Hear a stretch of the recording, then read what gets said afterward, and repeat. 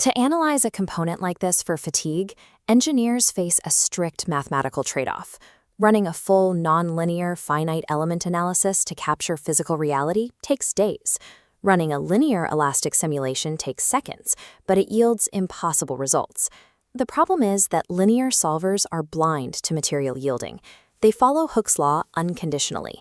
When stress concentrates at a notch and exceeds the material's yield strength, the solver continues calculating along a straight line, reporting fictional stress values that can be several times higher than the real material capacity. This graph illustrates that pseudo-elastic discrepancy. The straight line represents the solver's output. It shoots past the yield point to an artificially high peak stress. The lower curved line shows the true behavior, where the metal actually yields, deforms, and redistributes the load. If you plug that pseudo-elastic stress directly into a fatigue life calculation, the resulting life estimates are useless. Predicting failure based on fictional peaks leads to over-engineered, excessively heavy parts. We need a mechanism to pull that linear data back to reality. Heinz Neuber solved this in 1961.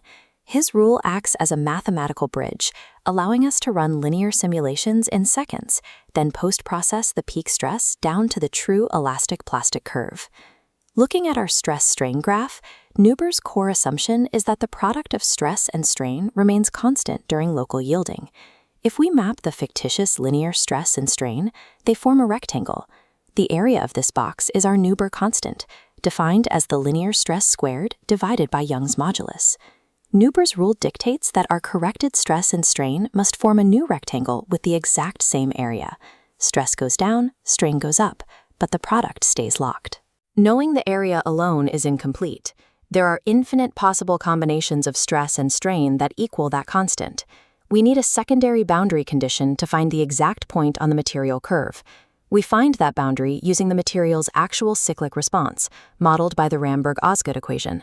This formula incorporates the specific physical properties of the metal, the cyclic strength coefficient, K', and the cyclic strain hardening exponent, N'. When we lock these two equations together into a single system, we eliminate the variables. The solution is forced into one precise coordinate where the constant area hyperbola intersects the physical material curve. To execute this mathematically, we substitute the Ramberg-Osgood strain expression directly into the Neuber equation. This leaves us with a single nonlinear equation where the true elastic plastic stress is the only unknown. Because of the fractional exponent N', you cannot isolate the true stress using basic algebra. We have to rely on an iterative numerical solver, like the Newton-Raphson method, to converge on the final answer. Consider how this applies to your own models. If your linear solver outputs a peak pseudo-elastic stress of 600 megapascals at a notch, but the material yields at 400, the true stress will drop while the local strain increases to preserve that energy balance. This graph plots the result against the Glinka method, or ESET. While Neuber preserves the rectangular product of stress and strain, Glinka preserves the strain energy density, the actual area under the stress-strain curve. Because of these different geometric targets, Neuber's rule places the corrected stress and strain slightly higher on the curve than Glinka.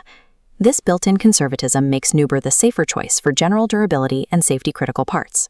This engineering report shows why we calculate precise strain values. Look at the contour plot of the semicircular notched bar. Once Neuber's rule yields true elastic plastic strain at the critical notch root, we use it as input for the Manson-Coffin equation. Tables 2 and 3 compare these predictions against high-fidelity ANSYS results. While minor deviations exist, the Neuber models consistently deliver a reliable engineering estimate of plastic strain without the heavy computational penalty of a nonlinear solver. That speed enables rapid iteration. Because the correction takes milliseconds to compute, engineers can run hundreds of automated shape optimization loops, subtly tweaking a fillet or hole radius and evaluating the resulting fatigue life on the fly. However, this method is physically predicated on localized plasticity. Panel B illustrates the requirement. Yielding must be confined to a small volume near the notch, while surrounding material remains elastic. If yielding spreads across the cross-section, the linear assumption is invalid. Integrating this into your workflow requires a strict sequence. Extract the linear peak stress, verify yielding is localized, calculate the Neuber constant, run the iterative solve against the Ramberg-Osgood curve, then assess fatigue.